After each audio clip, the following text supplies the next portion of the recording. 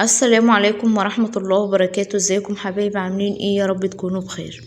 النهارده كده يا بنات ان شاء الله هنعمل مع بعض شوربة العدس الجميلة ديت، بما ان احنا يعني في الشتاء والجو برد خالص. يعني احنا طبعا عايزين اي حاجة كده تدفينا، وطبعا شوربة العدس دي بتدفي جدا. وان شاء الله الوصفة سهلة ومش هتاخد منك وقت خالص. ويلا بينا نسمي الله ونصلي على الرسول ونبدأ ونشوف وصفتنا ايه. انا هنا كده عندي ربع كيلو عدس غسلاه كويس جدا ومصفياه، وعندي جزرة واحدة وحبيتين طماطم واربع فصوص توم زي ما انتوا شايفينهم كده. هم دول اللي انا بستخدمهم في شوربة العدس. بعد كده انا كان عندي هنا يا بنات شوربة طبعا بتاعة اللحمة. انا مرضتش ارميها ولا حاجة، ده بتبقى جميلة خالص في شوربة العدس. جربيها وعلى ضمانتي تعملي شوربة العدس في الشوربة اللي باقية عندك، بتاعة لحمة بتاعة فراخ زي ما انتوا شايفينها كده. وبعد كده انا حطيت كل المكونات دي كده مع بعض وحطيتهم في الحلة عندي، يا دوب غلت 10 دقايق بس كده، وطلعت زي ما انتوا شايفينها كده بالطريقة دي. انا هنا كده بوريكم اهوت انا بحمر بطاطس. وبعد كده جبت درق الخلاط حطيت فيه شوربة العدس كده، ويا دوب خدت فرمة واحدة بس كده، ورجعت حطيت شوربة العدس تاني في الحل. وبعد كده جبت معلقتين من السمنة البلدي حطيتهم في طبق كده زي ما انتوا شايفينهم، واحط عليهم نص كوباية من الشعرية، ما تكتريش شعرية.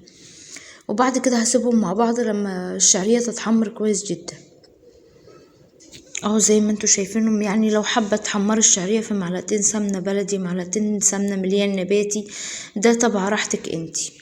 بس يعني انا بفضلها بالسمنة البلدي لان بتدي طعم حلو خالص لشوربة العدس. اهو كده زي ما انتوا شايفين انا بقلب في الشعرية لغاية لما تاخد لون حلو كده معايا اهو. بكده الشعرية خلاص اتحمرت معايا يا بنات، وانا عندي كده العدس بيغلي اهو. هفضي الشعرية كده على شوربة العدس، ومفيش يا دوب هقلبها وتاخد غلوة واحدة بس كده، وهطفي عليها النار. مش هتاخد اكتر من كده. ما شاء الله هو سهل خالص، يعني مش بياخد وقت منك خالص في المطبخ. وبكده خلاص بعد ما شوربة العدس جاهزة معايا اهو، وهنبدأ ان احنا نغرف معانا شوربة العدس. بسم الله ما شاء الله، لونها وطعمها وريحتها جميلة خالص زي ما انتوا شايفينها كده.